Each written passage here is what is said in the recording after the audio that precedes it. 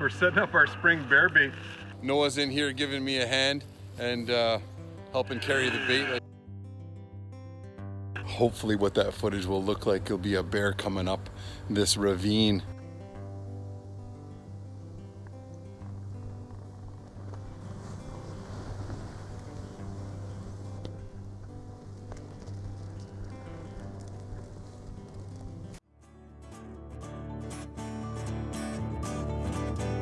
Life offers no guarantees, but the one thing we've learned for sure is that the time we have is indeed precious. The more time we spend with family, friends, and with nature can make the difference between living a good life and living a great one. Join us on our quest to be participants rather than observers, to learn from our mistakes, to share our successes and our failures as we spend all of the time we have chasing our dreams, fueling our passion, and fueling the fire in the great outdoors. Closed captioning for Fuel the Fire is brought to you by letsrolloutals.ca. All right, folks, we're ready for our first bear hunt for the fall of 2018. And as you saw, Josh and Kristin are here from JR Wetlands. They've traveled all the way up from Walpole Island First Nation. We know that there are 3 bears in here for sure. One of them in the spring was about 350, so hopefully, you know, he's upwards of 400 pounds now, but he hasn't showed up for the fall hunt. We definitely have a 200+ pound bear, and then hopefully we'll get a little bit of footage. We got a little guy coming in who's usually first in on the bait, and that's always great because I love watching bears do their thing on the bait. Let's get ready and get into the bear stand. Let's do this.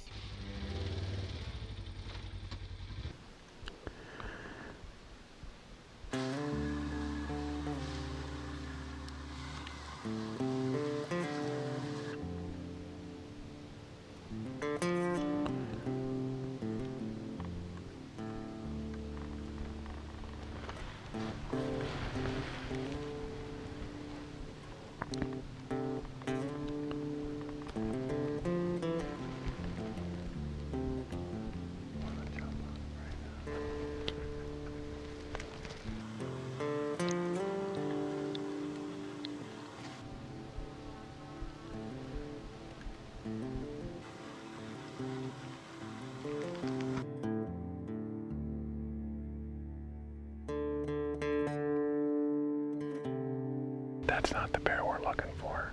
That's just a little guy, but that's fun to watch. I know Josh wanted to harvest that bear yesterday, but we know there's a little bit of a bigger bear in here. So Josh is committed himself now to take the next bear that comes in.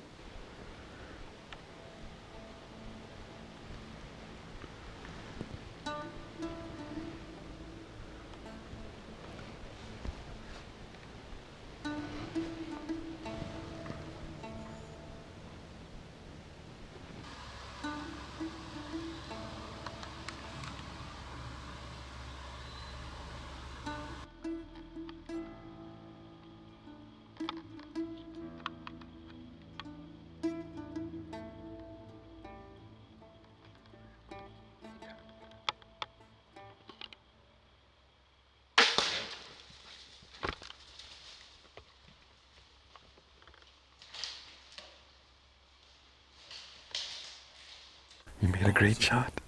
Man, that was intense. We had bears, we had coyotes. Coyote busted us.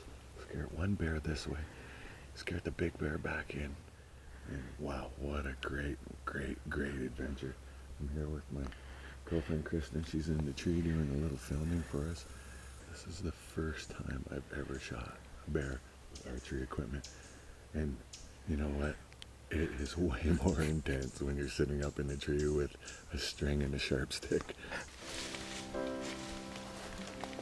Josh and Kristin came up to Manitoulin Island for the weekend, trying to get and harvest a bear. We knew what bear we were after. Man, that coyote busted us twice. Yeah, yesterday, today, and then he kept coming around.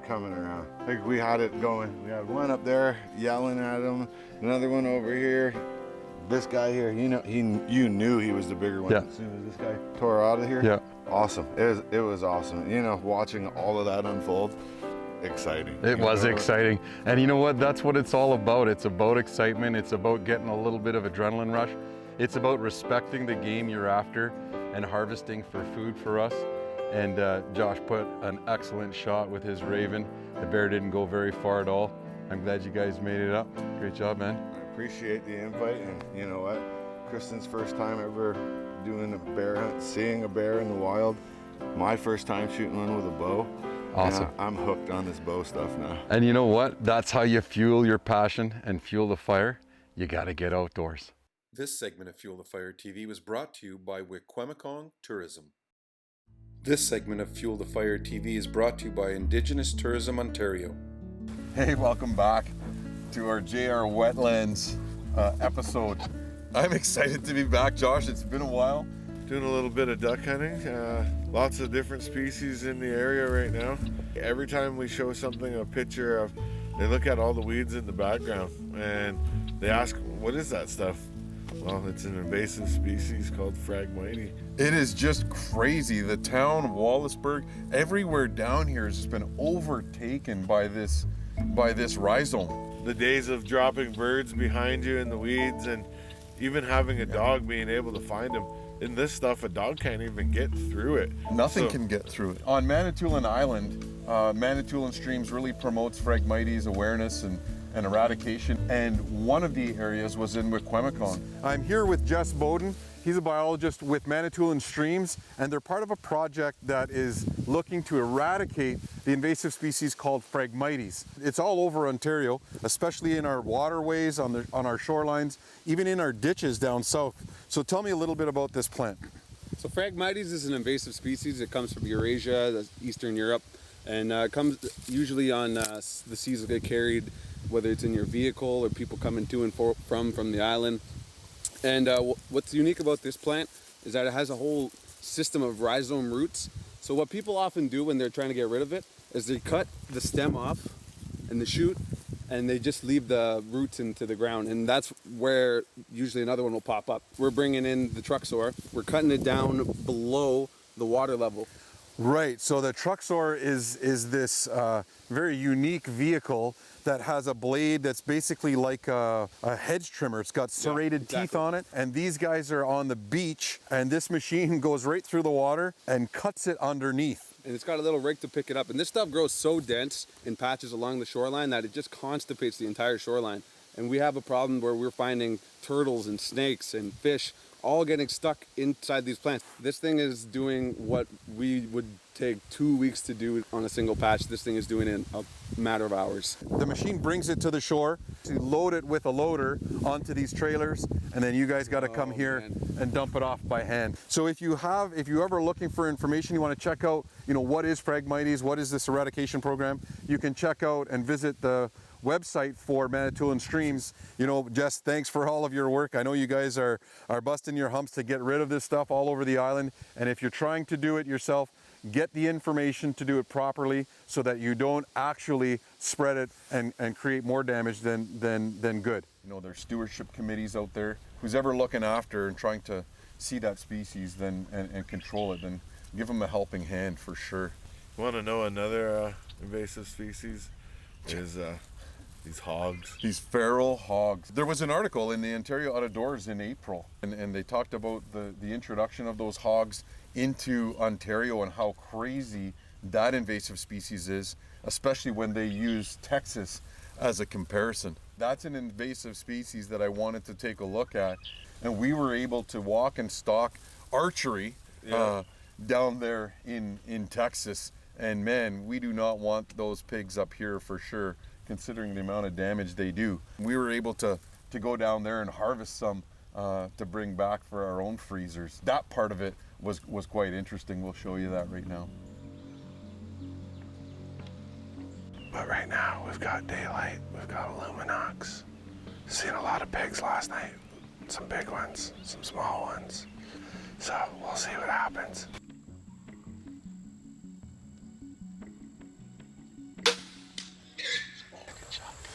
That's a good shot, man. Thanks.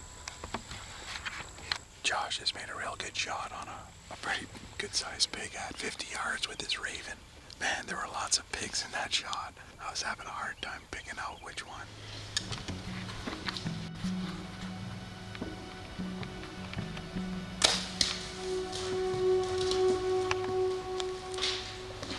Ryan put the smackdown on this big hog. Like, it's got big teeth on them. It's scary when they come running at you like that through the bush. Full force, they're coming at us in some of these pods where the ranchers are trying to get them, push them out of the way. You've heard of deer pushes. Well, this is a hog push. And Ryan made a real good shot as we were sneaking into the push, which was really cool to see. Fueling the passion, fueling the fire, and staying outdoors with JR Wetlands and Buck Down Archery. We're just picking our way through, and we're actually spotting, stalking some of these pigs. It's a crazy way to hunt.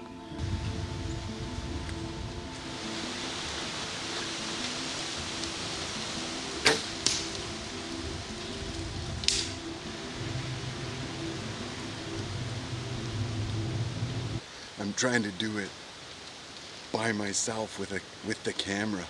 So you have to actually lead the pigs and let them come into the frame. This is an awesome way to hunt, spot and stalking for hogs. And you know what? These make for some real good eating too. These guys make these into a sausage. We've been eating it for breakfast all week. You never know what's gonna happen with them. They look like they're not mean, and then all of a sudden They're vicious. Oh yeah, they can turn on you in a second. Yeah. And doing it archery is, you know, makes it even a little more difficult because you do have to get up close and personal. Yeah, for sure. Those invasive species, whether it's hogs or Phragmites, it's something that we all need to be aware of and do our part when it comes to their eradication and public awareness. But stay tuned, we'll be right back. This segment of Fuel the Fire TV is brought to you by Buck Down Archery. Man, you've done some pretty amazing things since I've been here last. Yeah, it's got all the comforts of home, that's for sure. We've got 5 bedrooms in here, I believe, 2 bathrooms. And we got the mess hall, which you've been in. A nice little place to snack. It seems like all I do is hunt and eat when I'm with the JR Wetlands crew. Kristin's making some great breakfasts and dinners. Yes, we're having duck. Smoked ham. Yeah, Mashed potatoes. one of the hogs that we shot in Texas. Those hogs reminded me of the trip I missed with you guys, which was your Africa trip, and I just couldn't make it happen. You guys actually took some hogs. Well, I guess it was a warthog. I've always been a gun hunter and got into this bow hunting, and it's something else. Like, it intensifies everything. The first episode we did together, I got my bow, and you were the first one to kill something. Right, the turkey. Yeah. Yeah. And then I take it to Africa, and total place was amazing. And then you have to wait for your animals to get a lot closer. Right, and that warthog was 18 yards. 18. Let's check out that warthog that Josh shot.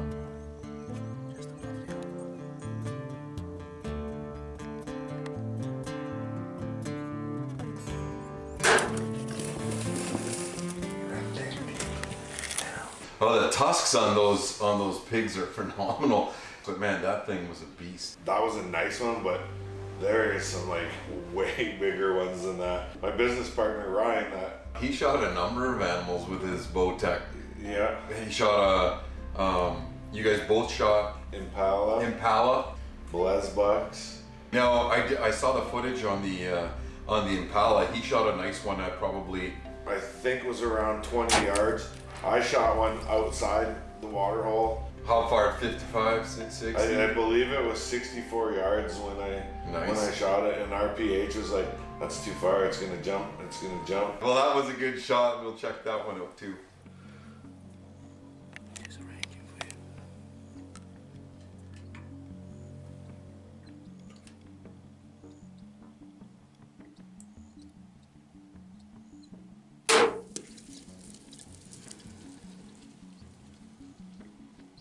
Now, when I think of Africa, I think of like the Lion King. Yeah, the blue wildebeest they call it the poor man's buffalo, and then the black wildebeest is the one you see on Lion King where they run in huge herds. Huge migrations. Yeah. We shot the blue. The blues. Yeah. Yeah, well, I'm gonna check that out and show it to you.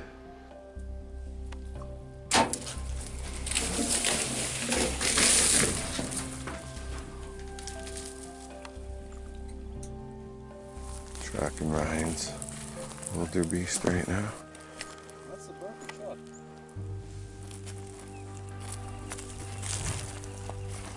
They have to come to drink, and you know, there was days like we sat on the water holes for hours and hours and didn't see anything. Monkeys, you know, guinea fowl, stuff like that. But then all of a sudden it'd be like, bang, here comes one, here comes another, there's something in the back. Almost like let's all go in a number, you know what I mean, where we might be safer. The reason why we went there was Ryan really wanted to shoot a kudu. We were there for 6 days before we even seen one. It's a nice looking animal, Yeah. and it's bigger than what I thought it would be. Let's check out that hunt.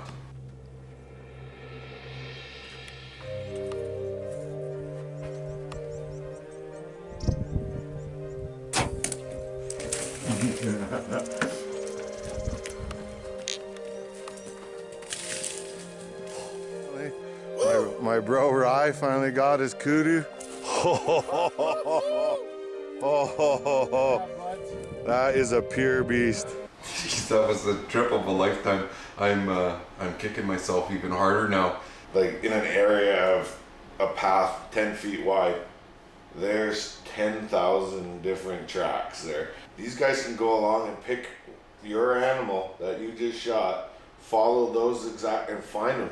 Ryan shot a really nice water buck, nice big bull, close to the water hole. He also shot a sable, beautiful sable. That thing curls was on just it. monstrous. Of all the footage you guys got, that was some of the most awesome, you know, where you're full of awe. That was a good shot as well. We'll check out that shot on is it Ryan Sable? Yeah, it's Ryan sable.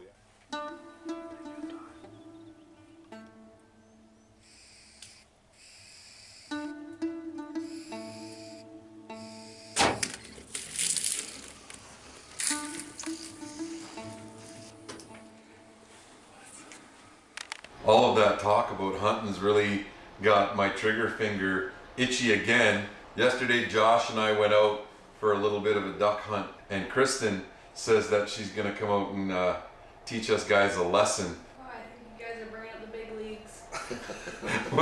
We're bringing in the big leagues. We're taking a step up. So right after the break, Kristin's gonna come out and teach us a lesson. So she says. Stay tuned. We'll be right back.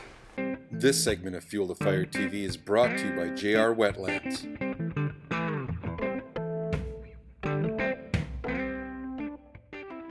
All right, well, we're out in the goose blind and the duck blind, and we forgot a bag on the dock. So Josh and Kristin had to go back and grab the bag because it was the one thing we couldn't do without, which was calls. We're all set up. As soon as they come back and get around the corner, we're gonna start calling some of these honkers and some of these big mallard skis.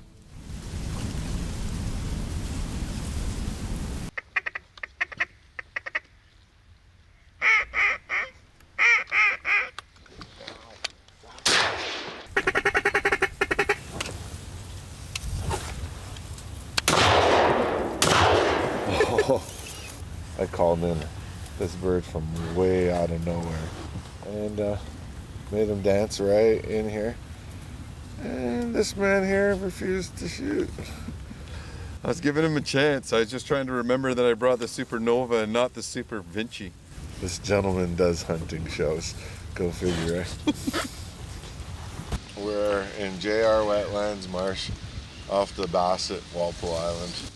I'm with my buddy Neil. Last night we did a little bit of duck hunting. Didn't go so smooth.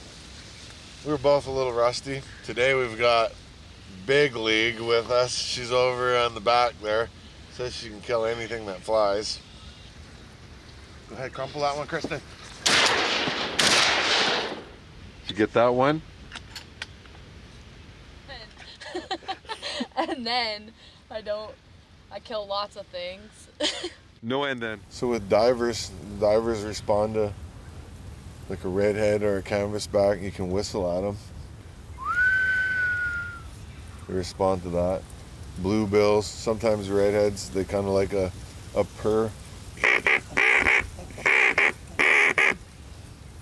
And then you have, you know, wood ducks, widgeon and pintail. So whistles are always good to use. Widgeon, pintail, wood duck,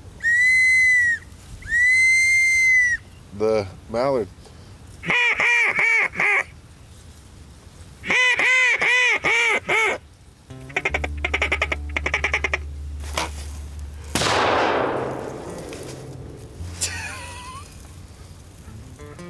You see that shot?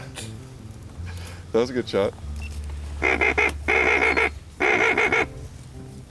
You say when. Get ready, get ready, get ready, get ready, get ready, get ready now!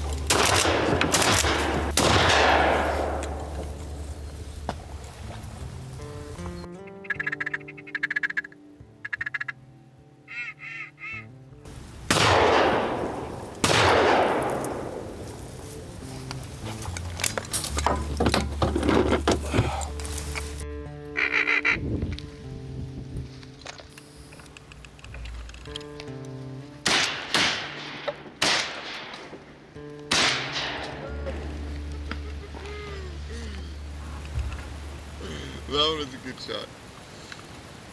All right, so we're getting to that prime time hour, and so far our plan of bringing the big league is at about 50%. So we know that the big league operates best in those twilight hours, so that's what we're counting on today.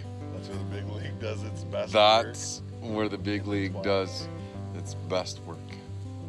Remember, to fuel your passion and fuel the fire, you gotta get outdoors.